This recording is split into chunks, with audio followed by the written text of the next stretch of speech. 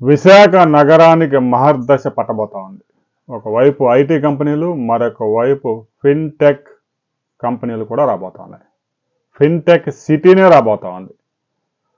ఒకవైపు Nippon company 1,50,000 కోట్ల రూపాయల వ్యయంతో విశాఖ సమీపంలో స్టీల్ ప్లాంట్ తీసుకొస్తా ఉంది. ఫార్మా కంపెనీలకు హబ్గా మారింది నక్కపల్లి. విశాఖ చుట్టుపక్కల 100 కిలోమీటర్ల పరిధిలో రాజధానిలో తమిళనాడులో కనుక ఎలాగైతే పరిశ్రమలు వస్తూ ఉన్నాయో ఆ విధంగా Visakha ITES, finance, insurance, banking రంగాలతో పాటు ఫార్మా, మరో ఉక్కు పరిశ్రమ కూడా విశాఖ సెగలో చేరింది.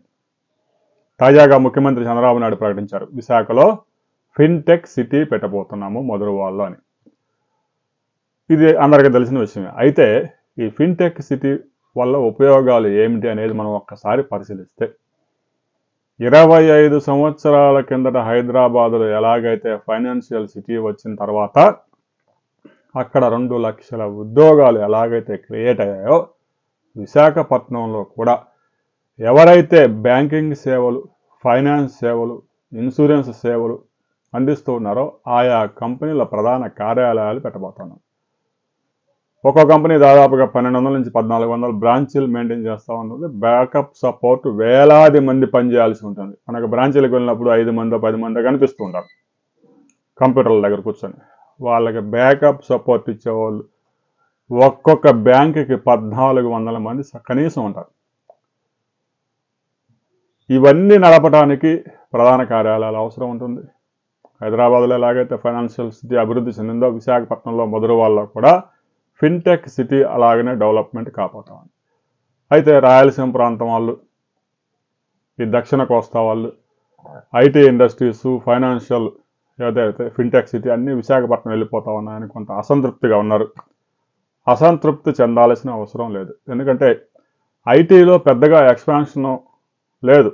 పెద్ద నగరాల్లో ఢిల్లీ, బాంబే, పూణే, చెన్నై లాంటి నగరాల్లో, బెంగళూరు లాంటి నగరాల్లో, హైదరాబాద్ లాంటి మహానగరాల్లో ట్రాఫిక్తో భయంకరమైన ఇబ్బందులు పడుతూ ఉన్నారు.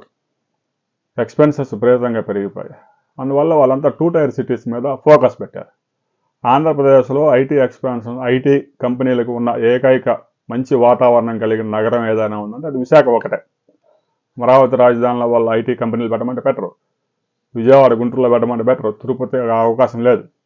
భోగాపురం ఎయిర్పోర్ట్ కూడా మరో 6 నెలల్లో ప్రారంభం కాబోతా ఉంది. కాబట్టి విశాఖ నగరం ఐటీ కంపెనీలకి, ఫార్మా కంపెనీలకి, ఫిన్టెక్ కంపెనీలకి, తయారీలో ఉక్కు పరిశ్రమకి ప్రధాన కేంద్రంగా మారిపోతా ఉంది. రాబోయే 4 సంవత్సరాల్లో విశాఖ సమీప ప్రాంతంలోనే 5 లక్షల ఉద్యోగాలు క్రియేట్ కాబోతా ఉన్నాయి. ఏదైతే ఎన్నికలకు ముందు 20 లక్షల ప్రైవేటు ఉద్యోగాలు ఇస్తామని హామీ ఇచ్చారో ఆ హామీలో భాగంగా 5 లక్షల ప్రైవేటు ఉద్యోగాలు విశాఖ నగరానికి 100 కిలోమీటర్ల పరిధిలోనే క్రియేట్ కాబోతా ఉన్నాయి. ఉత్తరాంధ్ర వాసులకే కాదు, తెలుగు ప్రజలందరికీ ఇది గర్వకారణం.